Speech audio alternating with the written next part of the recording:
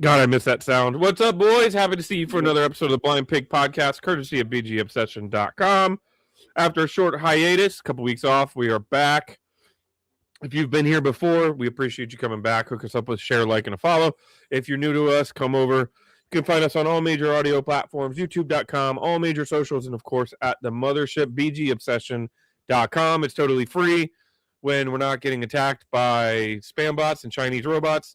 But what can I say? We do what we can. So John's been putting up. If you are on the board and you were listening to this, John has been busting his ass to try to keep us floating with this craziness over the last couple of weeks. But I had to resort to. I'm actually drinking. This is a new non-alcoholic beer that Bob recommended, the Athletic brand, and this is a Mexican style. But anyway, I guess I'm carrying the load. Here we go. I accidentally hit the space bar and it took me out. Derek obviously is not drinking non-alcoholic beer. No, but anyway, we don't do that. Pretty good stuff. I was surprised I could find it at my local podunk grocery store. So, but yeah, we've been having some. Derek left because you showed a non-alcoholic beer. I thought he was like, "Man, fuck this! I can't even look at this."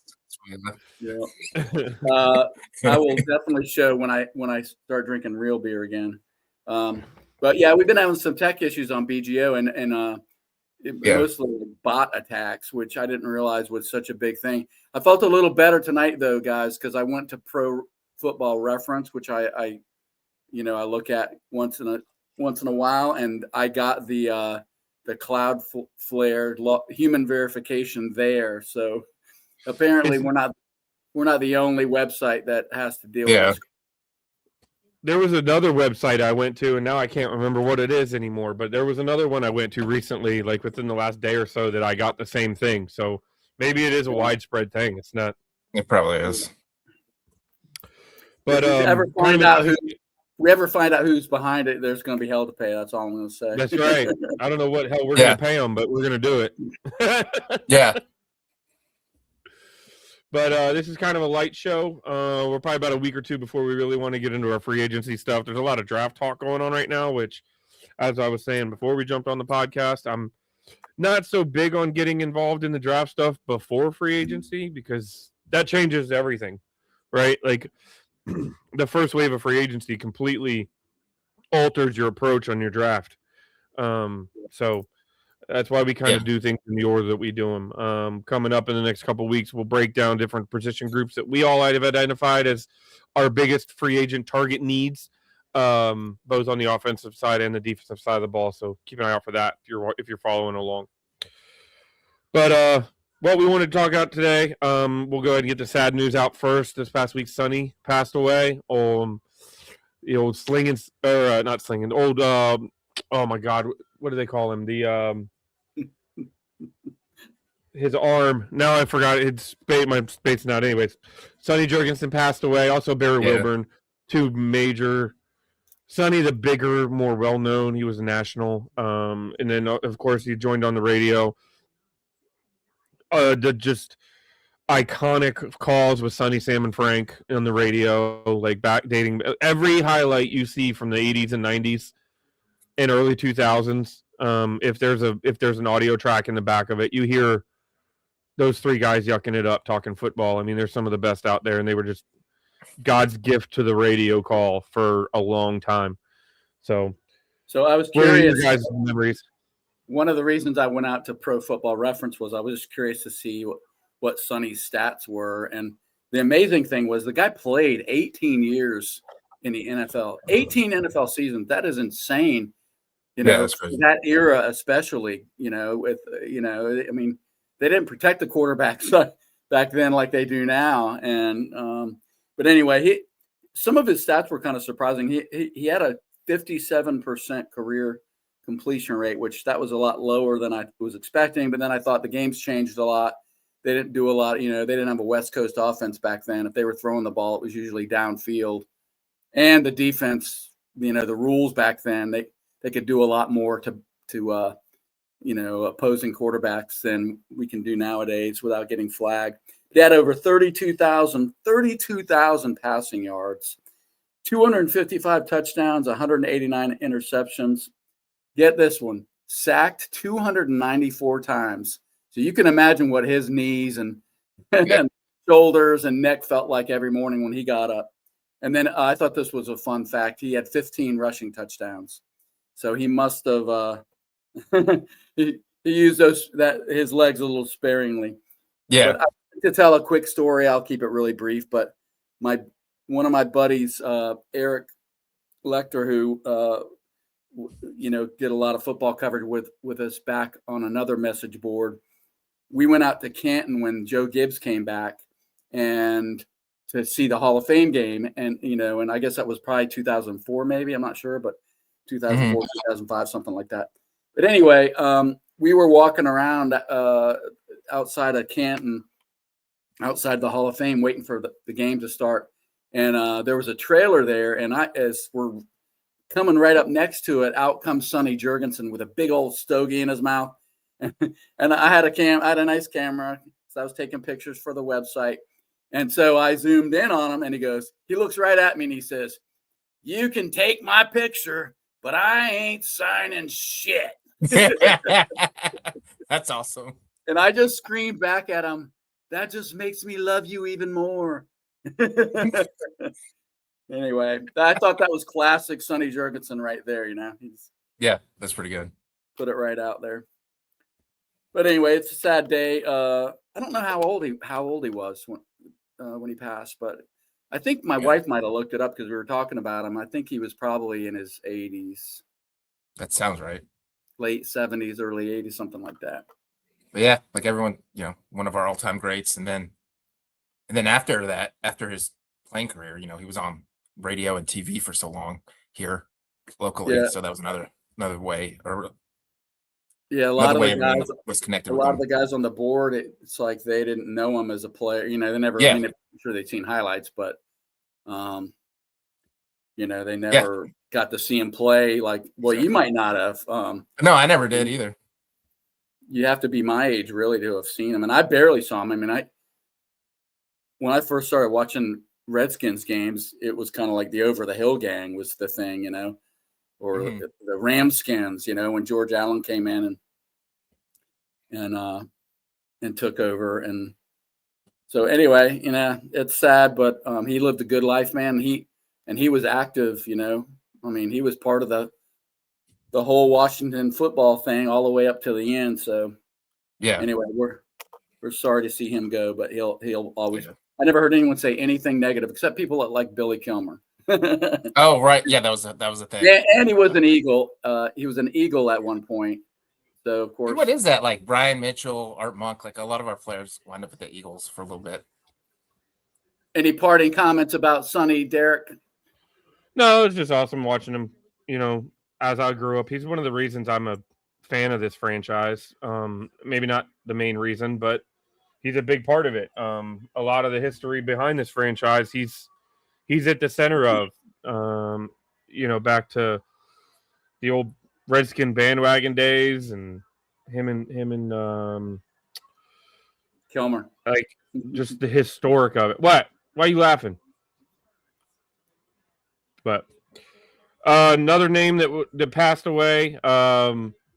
We do have to give a nod. I don't know if you mentioned it. I kind of mentioned it with Barry Wilburn, not as well known as Sonny Jurgensen, but another guy that was a staple in our franchise. It's kind of sad to see those guys go.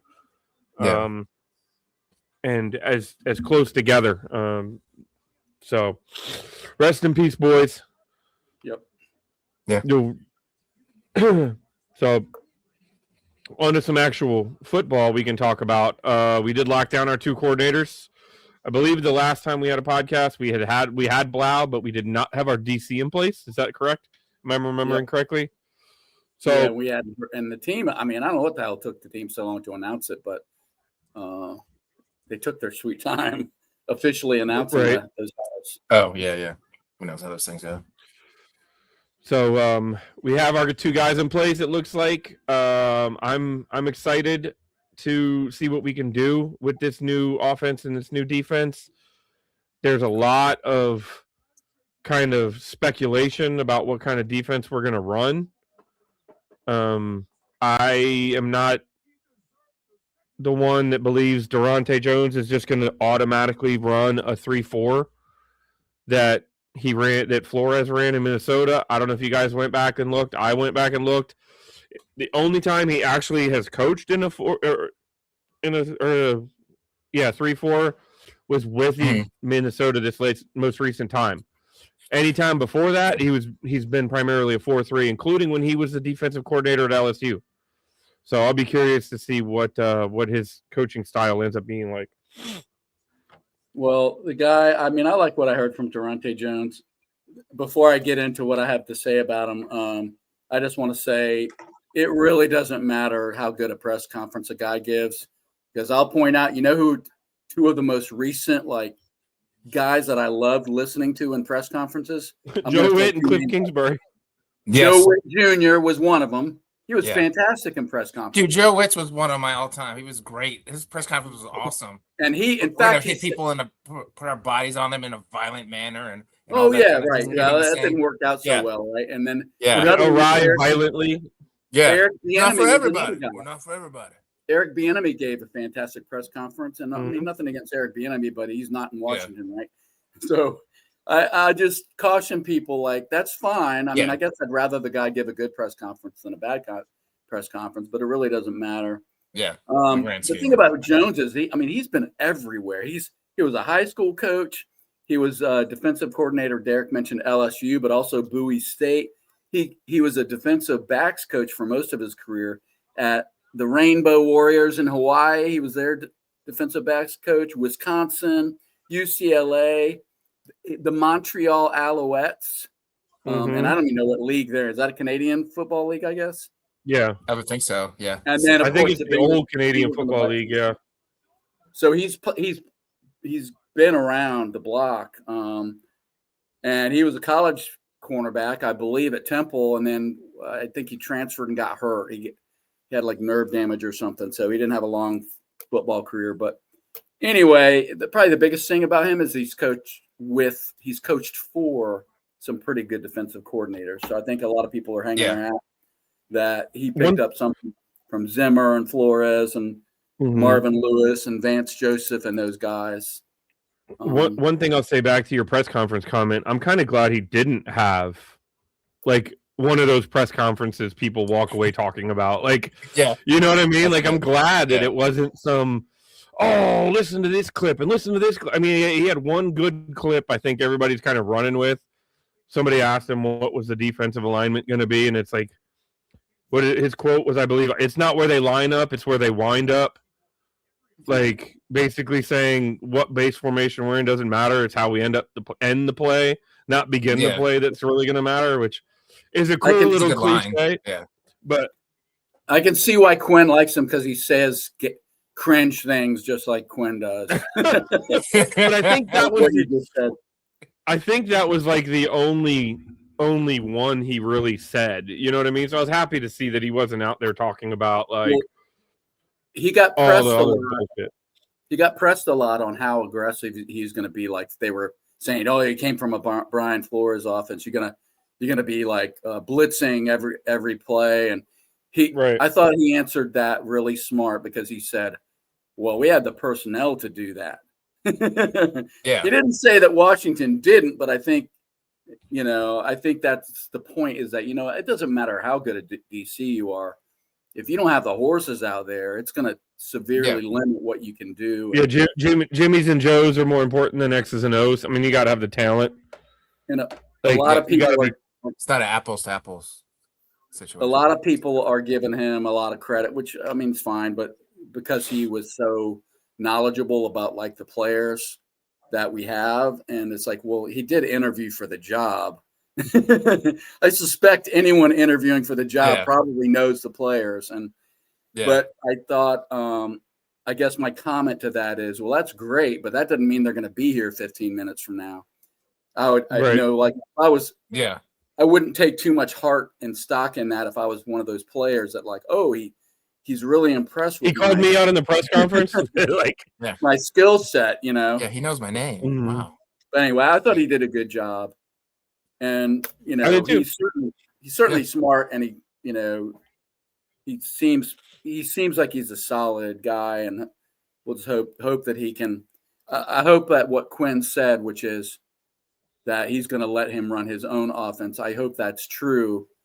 And I actually worry more about Quinn chiming in with David Blau than I do Jones, because I think Jones has got a lot more experience. Maybe not as a DC, but he's got more experience generally than David Blau does. So, I mean, I don't know. I just worry about that because I don't want Dan Quinn anywhere near the offense. Yeah, I'm not too worried about that. I think he really doesn't want to be involved. He really just wants to be the CEO and not have to be in the weeds with the with play calling and all that. So hopefully these guys pick it up and go and run with it. And they're on the ascending side. He found younger guys that are about to take off in their careers. What did you guys think of Blau getting your first chance to hear Blau, other than YouTube clips? Unfortunately, I did not even get a chance to listen to it. I was in the car when it was going on, and it's just been bananas. But I know that from what I've heard in the past, he's kind of like that quirky, almost, I don't want to say uncomfortable guy, but he kind of reminds you a little bit of Mike McDaniel when he talks. That it's kind of like one of those, he's like, you're definitely not you're a little awkward. You're a little strange. Your mind works differently than our people, which is might not be a bad thing. You know what I mean? So, but I'm excited about him. I think we're going to hear that he's articulate. I think we're going to hear that he's got an understanding of what he wants to do. And there's a lot of people I've heard, and there's been people on the board talking about his. Yes, he's never called plays before. Yes, he's a first-time offensive coordinator, but it's not like it's one of the three of us getting promoted into that building and then getting trained up on how to be an offensive coordinator. The guy has been around football his whole life. He's been in meeting rooms his whole life. He's been in conference, in coordinator meetings, in offensive installments, and all of these things for his entire life. So there is nuance to learning how to call plays and understanding when and how or whatever. But I do think that I personally am going to say I'm going to give him a little bit less of that concern because he is such a young coordinator. Because, like I said, it's not one of us three walking in and becoming a coordinator and having to learn how to coach in the NFL. The guy's been in the league for a decade. So yeah. I'm hopeful he can run with it a little bit with his experience. I'm just in the show me mode, man, and I am a little bit more skeptical than the average fan, but I've been around this shit longer than the average fan. So I've earned a little bit my skepticism. But my thing is, here's my thing, Derek. Offensive coordinators who turn out to be crappy have been around football all their life. Offensive coordinators who end up in the Hall of Fame have been around football all their life. We don't know until we know. Yeah. And so he deserves the benefit of the doubt, and everything we hear. Yeah, and apparently all the analysts and everyone said he has a strong reputation around the league. Mm-hmm. So he would have been on someone's staff somewhere. So yeah, that speaks well to him too. That he's a bright guy, and so we'll see. And Quinn definitely has a type. He likes aggressive brothers for the defense, and then he likes pretty boy white guys. If you go back to Shanahan and then now these two, he's definitely has this type for his coordinators. Not delve too deep into that. Let's break that down now, guys. Yeah. A couple other coaching notes. And I was kind of following, I don't know, were you guys following the Anthony Lynn thing? I don't know if a lot of people realize this. Anthony Lynn was actually I was praying he'd get a head coaching gig if because if he had gotten a head coaching gig, we get 2 compensatory third round picks. Oh, yeah. Because he's a minority. So obviously I hope he, I'm not discounting him getting a job, and it's just like, but it would have been cool if he had ended up getting that, and then we get 2 picks coming back to us. Are all of the head coaching gigs filled now? Do we know? I don't know. I think so. I would imagine so. You'd be kind of bad to not have your head coach lined up by now. Yeah, That'd be you're pretty right. I bad. think everyone is. So on our ticker, we've got some. These came from John Kime's Twitter feed. So thank you, John Kime. But so they promoted Darnell Stapleton to the O-line position. Coach, we know about DJ Williams getting signed, Doug Williams' son, as the quarterback's coach. And then Wes Welker is going to be some kind of offensive assistant. Oh, yeah. I just saw that. And then they brought in Eric Henderson, that's supposed to be a coup for the D-line. They reassigned Daryl Tapp to the assistant D-line coach, and they promoted William Gay to defensive backs coach. I don't know a damn thing about any of that. I just thought it was worth reading off the crawl. Yeah, you're right. I mean, I think about half of those. Right. I was gonna say, Sorry, yeah, go ahead, for most Tony. of us fans, like in the weeds position coaches. I mean, what do we know? I don't know why people are down on the Wes Welker thing, because I think Wes Welker was an incredible player, and I mean, yeah, he was a good player. I just tend to think incredible players probably know how to be an incredible player, and therefore they might be able to share some of that knowledge with their position group. But I'm kind of excited that he's in the mix. The one thing I wanted to say about the defense, these are just the changes. So that means I went and looked at the official team site before we came on tonight just to see if they, sometimes they're a little lax in updating stuff, but they had all the new coaches and coordinators listed. And the thing that kind of jumps out at you is overall, there's not a lot of change with the assistants. There's a lot of carryover, and I don't know how I feel about that. I kind of think it's a little weird, but maybe it's also what happens when you hire guys that have never been coordinators before. You're trying to you don't want to blow up the entire thing. I get the feeling Quinn's doesn't enjoy firing people to begin with. It took him way too long to fire Joe Witt Jr. And so I wonder if part of it is not wanting to, hack guys that are good guys that have jobs.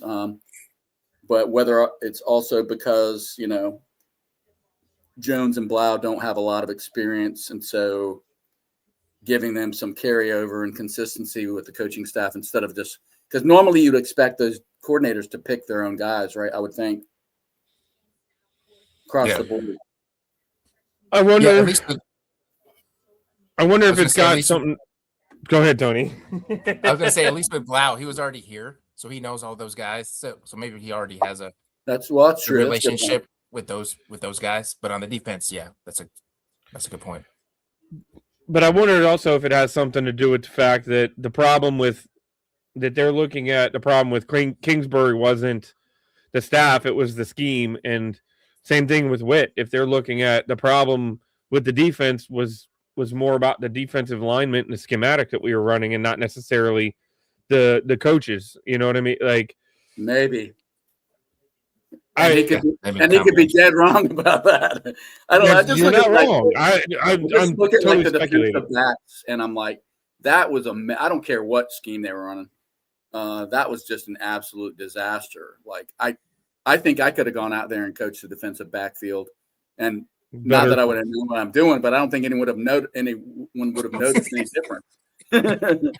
So, I don't know. They wouldn't have been better. They could have at least been the same.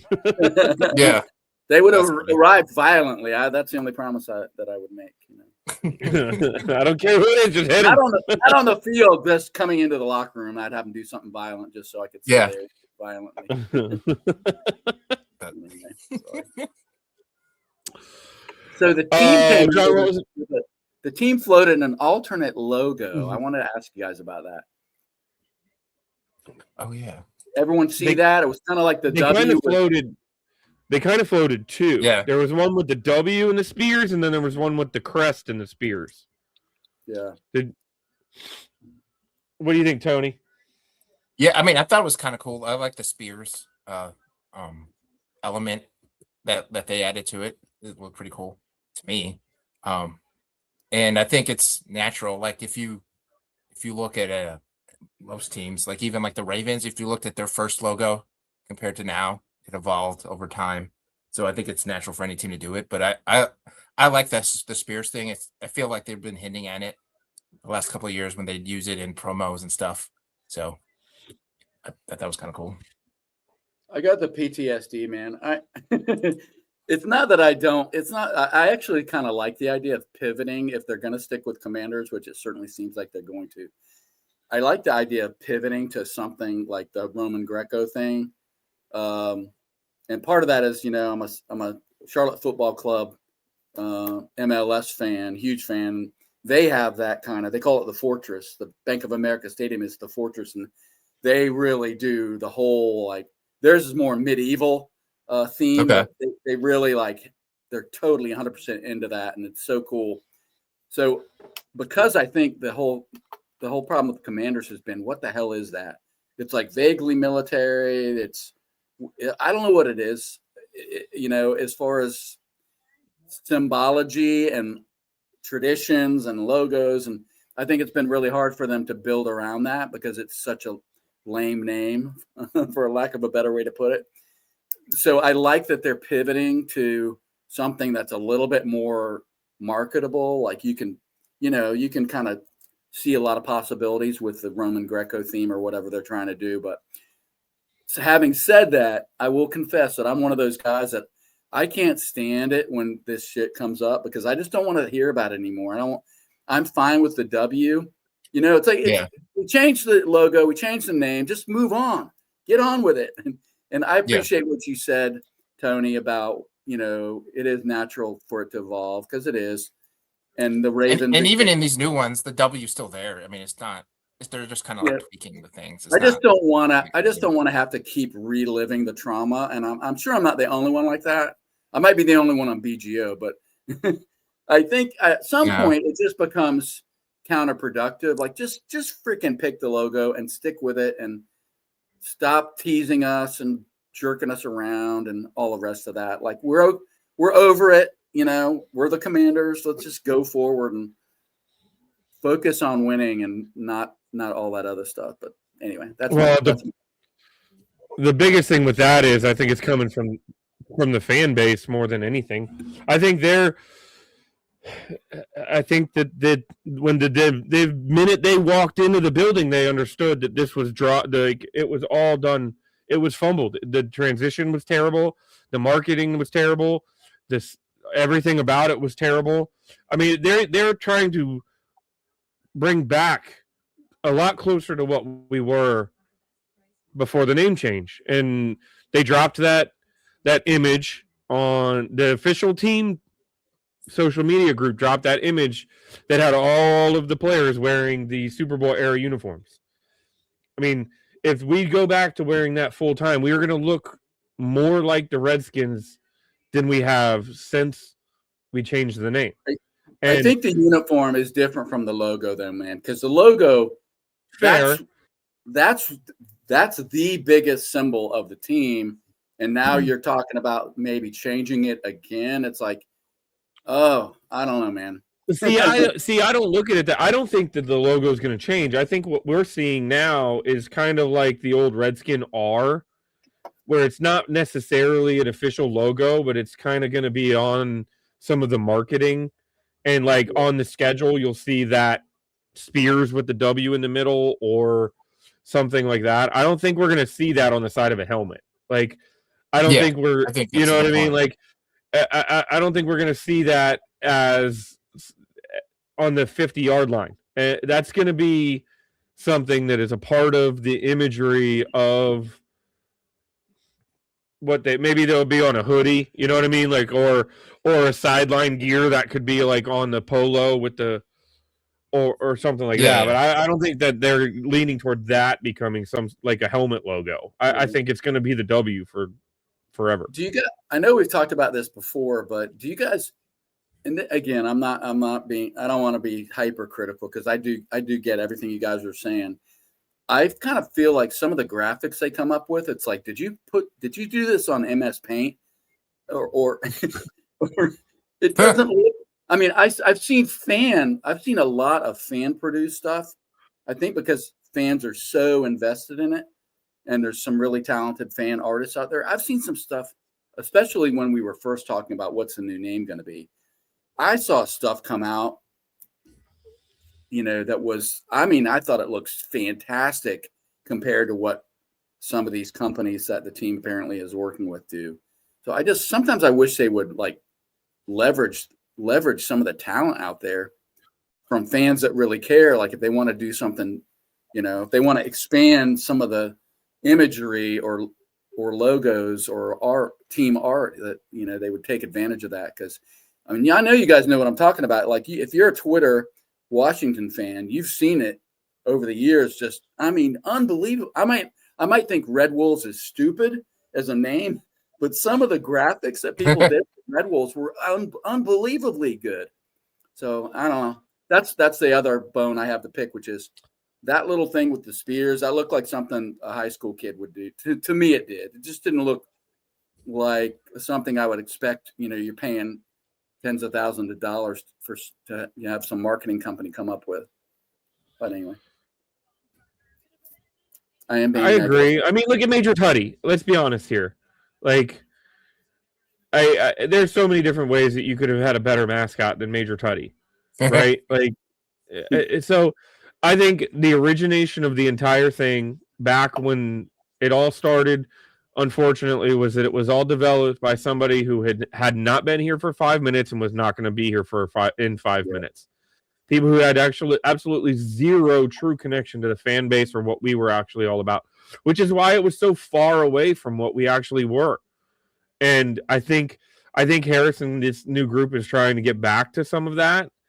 And I think there's a lot of the things that they've done to bring us back towards that within reason. I mean, you don't have to look any further than the redesign at RFK 2.0. Like it looks badass. It looks like RFK that's got a clear roof on it. It's going to look like it's going to be awesome. You know what I mean? Like it just looks cool as shit. I think that we're going to continue to see development like that. To your point, it's just going to take time, unfortunately. And while I agree that it probably gives, the five of us, how long it took us? What, an hour to put together the new BGO logo, John? When we transitioned away from the old one we had into the new one, and it was literally an hour via PMs. You know what I mean? Like, so it's not even like we were in a room together. We were on direct messages on the board, throwing out, what about this? What about this? And then someone would mock it up. And what about that? And then I think our new logo is badass. Speaking of which, I do that. I just feel like we're a $6 billion company. For God's sake, man, get the best graphics people in the world to if you're going to make changes, right? Or if you're going to take the fans into account, take them into account within. And I think they do somewhat, because we are seeing a lot of what we wanted to see to begin with. But you're not wrong. I still like this logo with the burgundy inlay better than just the plain. But I understand, like Chris pointed out on the board, how the contrast is much different when it's the solid. You know what I mean? So I would like to see us tweak that W a little bit. I think there's some stuff we could do, but I think the JD5 logo would look badass on a helmet, but I guess we can't do that. Yeah, right. Just for one guy. Yeah. But you were talking about your local team there. I mean, like, how cool would it be if they renamed? It's not RFK, it's the Coliseum or something. You know what I mean? Like, well, you can't call it the Coliseum. The Coliseum exists in LA, but I don't know, the battleground. Joe Gibbs Field, man. That's I'm going to keep. Yeah, I mean, it should be Joe Gibbs Field. It should, yeah, and you're not wrong. But then we come out to like a gladiator style like chant. You know what I mean? And where they're slamming the spears on the ground and just thumping, and you can run with this kind of event thought in this kind of, as long as you have a direction. I prefer pick a direction and follow it. Don't have, we're commanders with Greco-Roman, but we're also naval commanders, so we're going to have a couple stars in there because naval commanders have stars in their sleeves. But we could also be these commanders. No, pick one and run with it. And if you want to have some alternates and do some other things, that's fine. But have your baseline set and your actual image and you in place, and go with it and get that established before you start trying to reach out into too many different areas. not to go on a crazy tangent, but I think this is where I actually heard somebody else talk about this. I want to say it was maybe Bram, but I'm not sure. But, MLS has this thing where, first of all, they were talking about how they put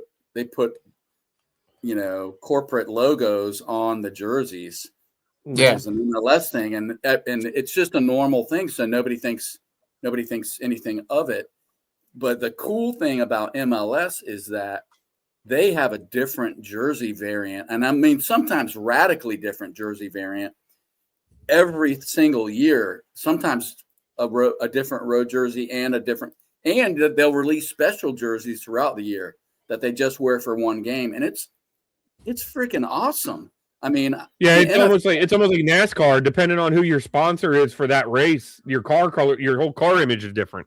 I have 7 jerseys in my closet, Charlotte Football Club jerseys. I bought every damn one of them, my brother and I, and I love it. And I think the NFL is really like missing the boat on that. Like, I know how traditional the NFL is, but you know what? Traditions change, and you can imagine. And I'd be a lot better. I'd feel a lot better about them having like variants of the logo and that kind of stuff. If they had a primary and then they did these other ones just as like single game jerseys or, alternate jerseys or whatever you want to call it. But I really think the MLS is onto something. And I would love to see MLS jersey sales compared to NFL jersey sales just to see, what that looks like, because I think the NFL is missing a huge opportunity there. And I think there's probably a lot of resistance out there to, oh no, you hear when the Rams made the Rams horn a little bit bigger, people were flipping the hell up. And Tampa Bay did the same thing. They made the pirate flag a little bigger or changed it. People flipped the hell out. It's like, get over it, man. It's like there's a lot of ways to tackle that kind of stuff. But I think it would be a huge plus if they went to the MLS model and you had like 3 or 4 or 5 different jerseys, and it changed every year. Well, I believe starting, is it this year or next year, they're allowed to introduce a 4th uniform option. For the longest time, you were allowed to have your home, away, alternate, unless it was the color rush. And I think you got grandfathered in for color rush for that window. I think they're going back to allowing for a 4th uniform style and a 3rd helmet, because I've heard that through some people speculating online that teams are going to be allowed to have a 3rd helmet design in 2026. I'm sure I'm not the first person to bring that. I'm sure there's been somebody at NFL meetings somewhere that's like brought that up, like, hey, have you guys seen what the MLS is doing? Or the other thing with MLS is that those jerseys are a revenue because there's a sponsor. I mean, like, how much could you charge? And I'm not saying I'm rooting for it, but how much could you charge to be a jersey sponsor of an NFL team for 6 games in a season? I mean, you're talking about stupid money. Yeah. Like dumb money. So, and then 17 games, and then the playoffs and the Super Bowl. Can you imagine what you could charge to be the jersey sponsor of the Super Bowl? Like, that's bananas. It would make stupid money. I mean, you think the salary cap is big now? We're gonna have $1 billion salary cap in 5 years if you do that. But I just do wonder. I think there's a lot of NFL purists, the same people that said that Bill Belichick shouldn't be in the Hall of Fame this year. That was exactly what I thought when you said that. I'm like, yeah, that don't want to see sponsors on the jersey. The NFL is definitely slow when it comes to these things, but maybe they're starting to turn the corner with the 4th jersey. But then also now the NFL, they step in on everything. They control everything and approve everything. So like when I see someone complain about like a new hat design or T-shirt, I'm like, it's not our team only. It's across the board. Like that hat design is the same across the whole league. Right. So relax. It's not your favorite team picks this. It's the NFL. It wasn't even Dan Snyder's fault. The That's the other thing. The team didn't design it. Like that's the like the team's not in there designing the draft day hat. You know who is? It's New Era is designing the draft day hat. Yeah. In conjunction because they're the sponsor with the NFL. Like so Lighten up NFL, that's the message. Yeah, basically. We want swag. We want really cool swag. That's what we want. But I don't John think wants it to be like Oregon, where we have 500 jerseys. or University of Maryland with Under Armour. The Terps do that too. Yeah, Maryland has 100 different jerseys, uniforms. Yeah, but they don't have to be crazy though. But to your point, why not? Like why can't we have 5 different uniform combinations, like legitimate uniform combinations in a season? You know what I mean? And I don't know. I don't hate the idea, but it also doesn't have to be obnoxious either. You don't have to. Yeah. You don't have to be the Packers, where you've worn the same uniform for 70 years, or the Steelers. God forbid you change the Steelers or Packers uniforms. Good luck. Oh man, yeah. Like, hey, there's one more thing we got to talk about real quick, just to get your guys' reaction. The Washington Post shut their sports department down completely, I believe, right? Shut it down. It's done. It's gone. Nobody even at the Olympics right now. It's the Olympics. Nobody's even there right now. Yeah, it's kind of crazy. I remember when, we were the first, myself and about 5 other guys, when Extreme Skins became the official message board of the Washington Redskins. We were the first fans that I know of who were like allowed in the media room and allowed to cover the team and on the sidelines and in the locker room and in the press box. And I can remember not just, especially the Washington Post guys, but pretty much all the media guys hated it. They hated it. And I'm not going to say like a lot of them, Bram Weinstein, I got to know him really well. He's a fantastic guy. Always welcoming and gracious, and Kime was nice to us. But a lot of those other guys were not. And they let us know they didn't like us being there and that we weren't qualified, and et cetera, et cetera. And I want to travel back. I want to get in my hot tub time machine and go back in time and tell those guys, you might not like it, but you might want to pay attention to what we're doing, because it's going to make your job irrelevant at some level if you don't change. Because I think that was like the very first, whiff of it.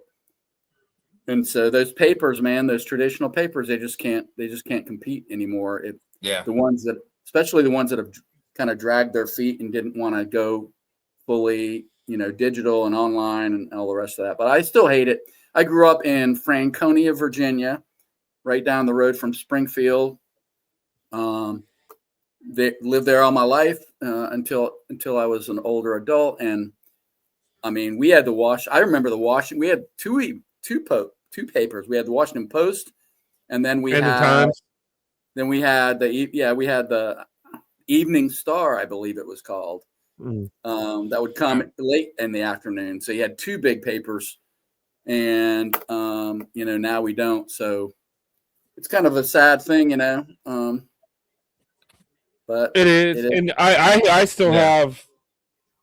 I mean, that was the staple. Anytime something big in sports happened, you grabbed a Post just because you wanted the front page and you wanted the sports section.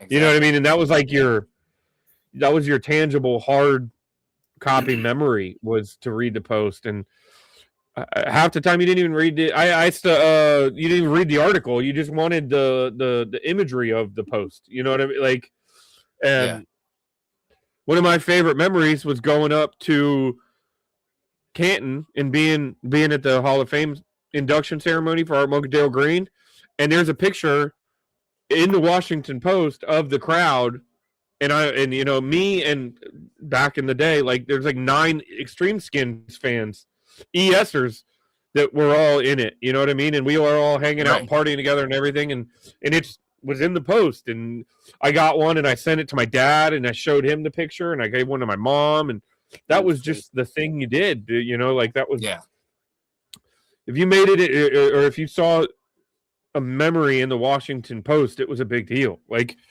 I got He's gone off the reservation. Yeah. He's taking shit off the wall. From when the Nationals won the World Series, like the Washington Post. And you know what I mean? Like, that's like, it's more than just a newspaper. It was like a documentation of it, you know? Yeah. Sorry. Anyway, I just thought it was worth mentioning because that's definitely. It really is. You know, like growing up with it, it's just like a staple. And then, you know, we're the nation's capital. And now I know newspapers are, you know, what they are nowadays, but still, it's just a weird. Yeah, they're about this big. Yeah, it's all digital. I remember that Post, man, coming on Sundays. Yeah. Sundays one was huge. I mean, it was huge. It was big and thick and huge, and But anyway, I guess it's be interesting to see whether that paper survives at all. I read that they lost like $150 million last year alone, which was like double what they had lost the previous year. So I guess I understand why they're, making changes, but makes you wonder whether they can survive at all at this point. Yeah. Well, and from what I understand, like they would send like 3 or 4 people from the Post to every Commander/Redskins game, and they would send 3 or 4 of them to every Nationals game and every Wizards game and every Capital. And I mean, at some point, people that I heard locally around here were like, "Couldn't we just cut down the number of people that you're sending to the game?" And you know, like at some point to try to cut the cost down. And so I know Al Galdi, his big thing has been, that they've kind of had lost their way, and they were covering like figure skating and. That they had kind of stopped being the go-to coverage outlet for the DC sports teams and even the local college teams. So I think that was probably now you can kind of see that happening where some consultant or national person saying we need to be this or that, or and kind of ignoring the fact that people would buy that paper would buy it because they were Caps fans or Nats fans or Orioles fans or Virginia Tech. I guess there's still some Virginia Tech fans out there. I don't know. But anyway, you get my point. Keep talking. You have 1 year. You have 1 year. The UVA does better than Virginia Tech. You run your mouth. But anyway, it's sad. It is sad. I guess times change. So. Yeah. One other housekeeping. I shouldn't say housekeeping. It's actually kind of cool news, big news-ish. Tress Way is back for another year, which is awesome. He is now the longest tenured Washington football player since 2014. And I think I saw a stat that if he plays all 17 games this season, he will be alone as the third most games played as a Washington Redskins /Commander franchise football player. So that dude, they gave him a 1 year deal. I don't get it. I would hand that guy a 3-year deal and just say, you leave when you're ready to leave, bro. Like, you know what I mean? Like, but what do I know? But maybe that's their plan is just keep signing 1 year deals. But maybe that's what he wanted. Right. Yeah, it certainly doesn't seem like his performance has started to tail off or anything. It seems like, of course, he has seasons where he only punts it 3 times. So that yeah. Yeah, he probably wants to go back to 2024 where he Yeah, that's true. He also seems like one of those guys when he does finish, if he wants to and stick around, he could be like Smoot and those guys. Oh, he is going to instantly go like into media. Yeah. It just depends if he wants to do it here. He could easily do it. Yeah, he could instantly go into media. He'll be on the game call, or he'll be on, Take Command or whatever. Shows. Yeah, all those shows. So, well, boys, we're rapidly approaching free agency. One other, again, I don't know if you guys saw this. Deebo Samuel's contract voided as of today, so it's official. We're going to take a $12.5 million dead cap hit for Deebo in 2026. And he is technically going to be set as a free agent. We could always bring him back, but his contract is now expired. He is no longer under contract by the team, which is going to be an interesting conversation between now and what is it, March 17th, I think, or March 9th. Is it March 9th the legal tampering period begins or something? It's that week, I think. It's somewhere in there.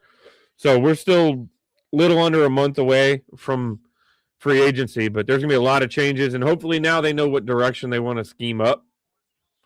So maybe they can start putting a plan together.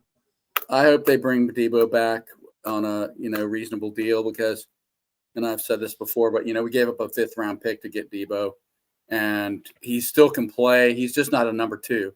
You have him as your 3rd or 4th wide receiver. Now you got something. And I don't think Sorry. So I hope they bring him back. Find a way to bring him back, but yeah, he can still play. I think he can too, and I think he could have even been even better had we had the horses on the other around him to create more space for him. You know what I mean? Exactly.